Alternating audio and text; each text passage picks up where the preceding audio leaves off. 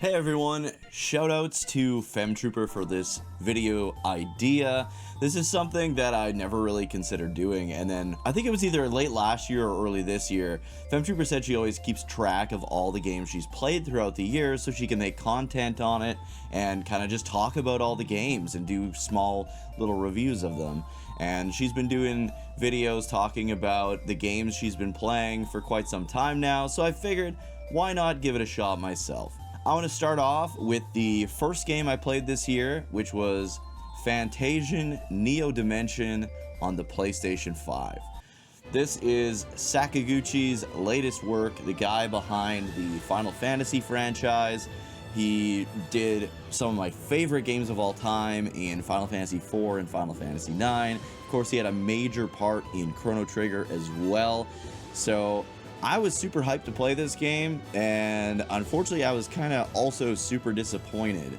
So the game starts off strong. I really like the combat system, the way you can kind of like aim your shots and kind of like connect the dots, if you will, as far as like lining up your attacks to hit as many enemies as possible.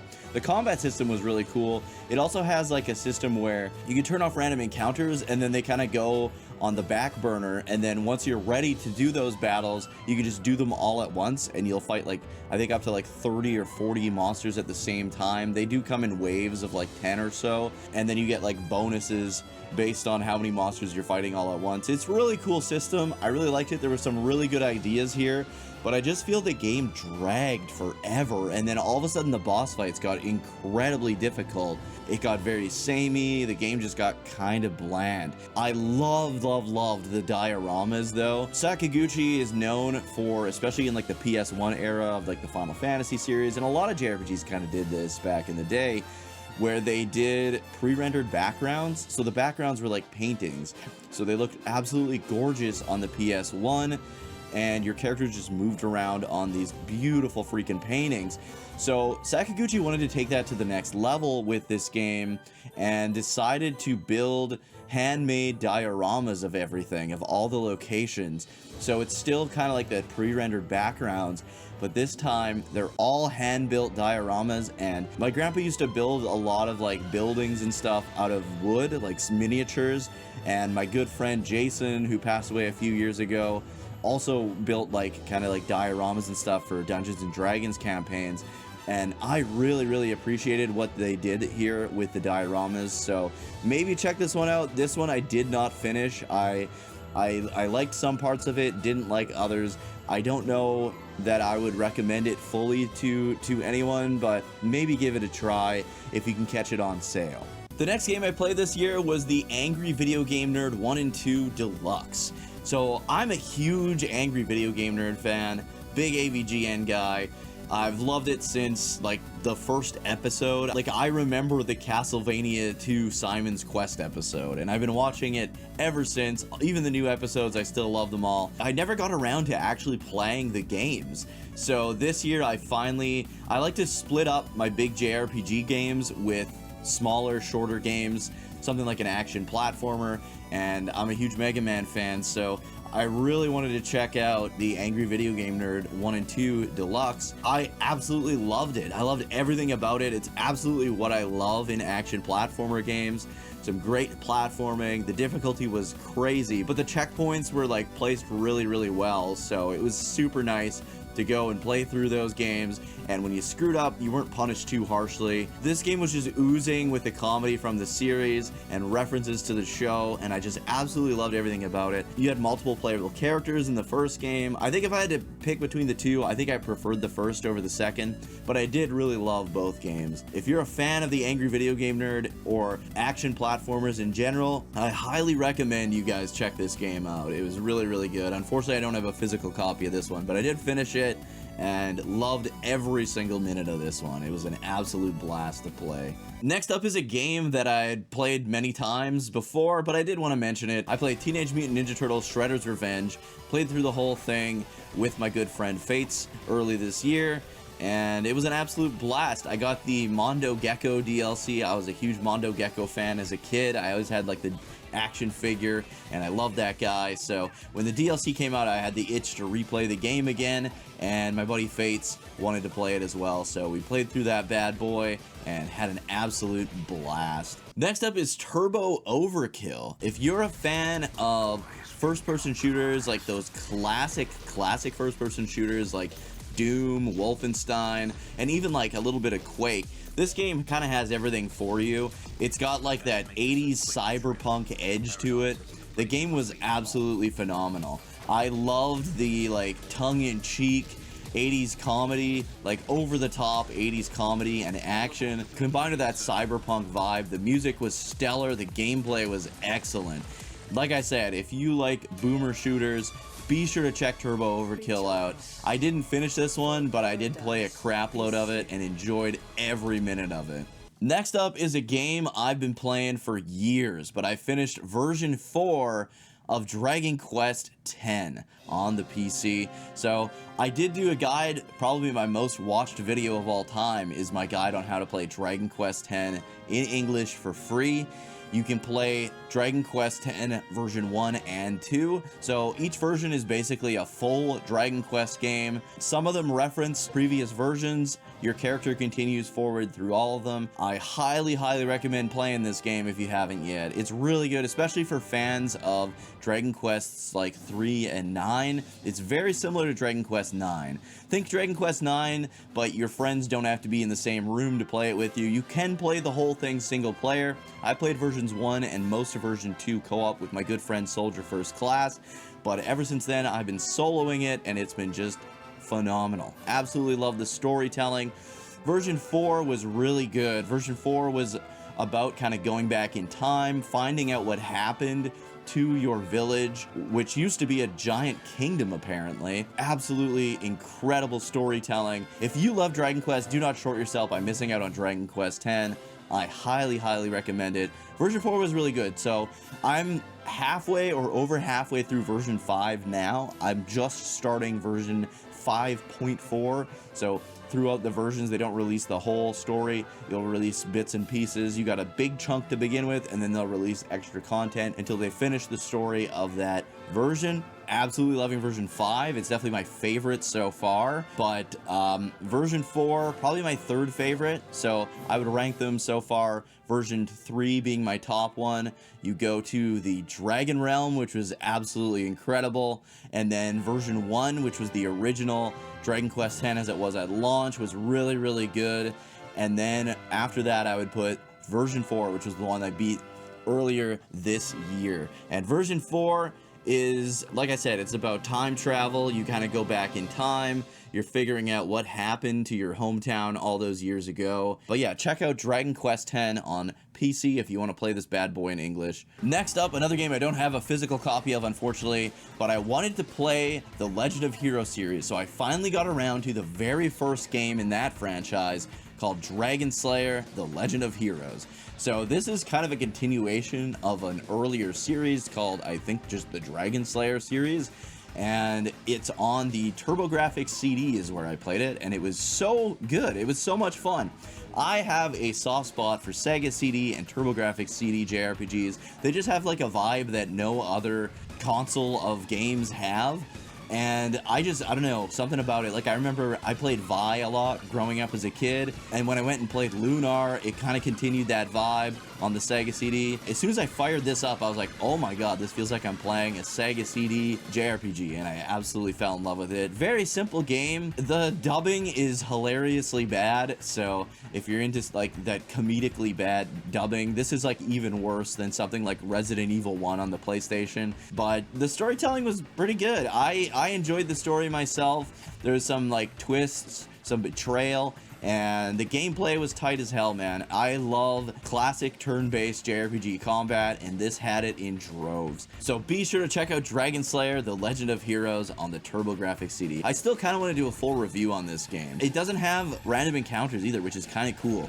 It seems like they're random, but then later on you can get an item that shows where the monsters are on the map, and you can avoid all the monsters if you'd like, or you can encounter only the ones you want if you use that item. So kind of a cool concept very early on in in the JRPG genre. Next up, this one was a game changer for me. I played Ys Memoir, The Oath in Felghana. So I bought the refined edition because it was the exact same place as the regular game, and I'm glad I did, because so I played Ys 1 and 2. Actually, I did a full review of this game. You can check that out here on the channel. But I played Ys 1 and 2, didn't like it. Everyone was telling me, you gotta play like the remakes, you gotta play the later ones. And I was like, what? Why not? I'll give it a shot. And man, was it fun. It was an absolute blast. In my review, I didn't cover the stuff that came with this game, so I just want to go over that. But this game blew my mind, man. I'm generally not an action RPG guy, but this game played like Zelda: A Link to the Past on like cocaine, and had some platforming segments, very fast-paced combat, a lot of action. Everything was so much fun. This comes with the soundtrack as well.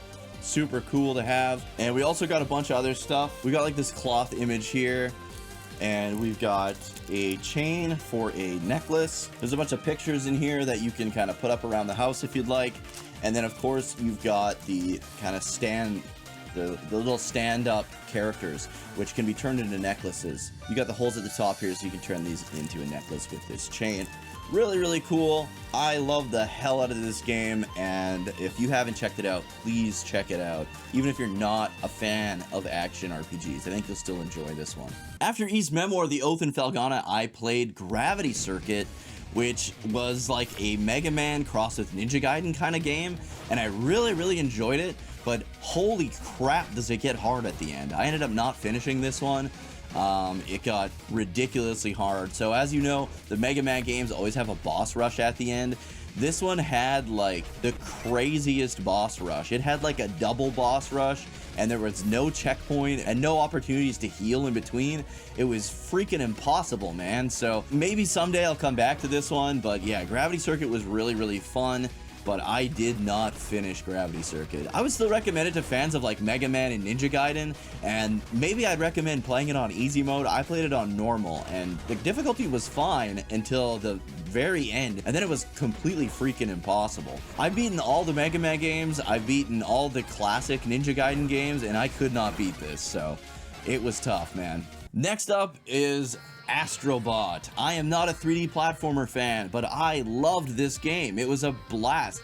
I want to thank FemTrooper and my good friend DG Online, or Dad Gaming Online, here on YouTube for recommending me to play this one. Dad Gaming Online actually did a phenomenal review, so be sure to check that out on his channel. It's just youtube.com/@dadgamingonline. That's really what pushed me over the edge to play this game. It's got so many references to classic like PlayStation franchises and games that I love. You even got like Legend of Dragoon in there.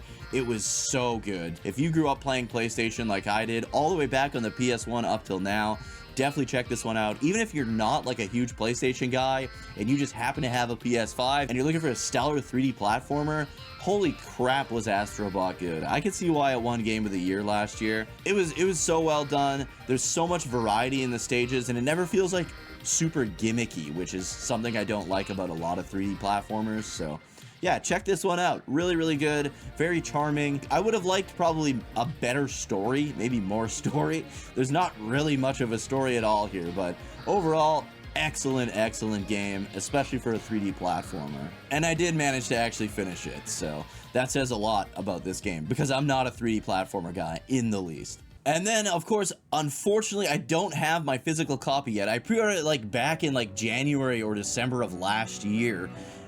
Expedition 33, Clair Obscur Expedition 33.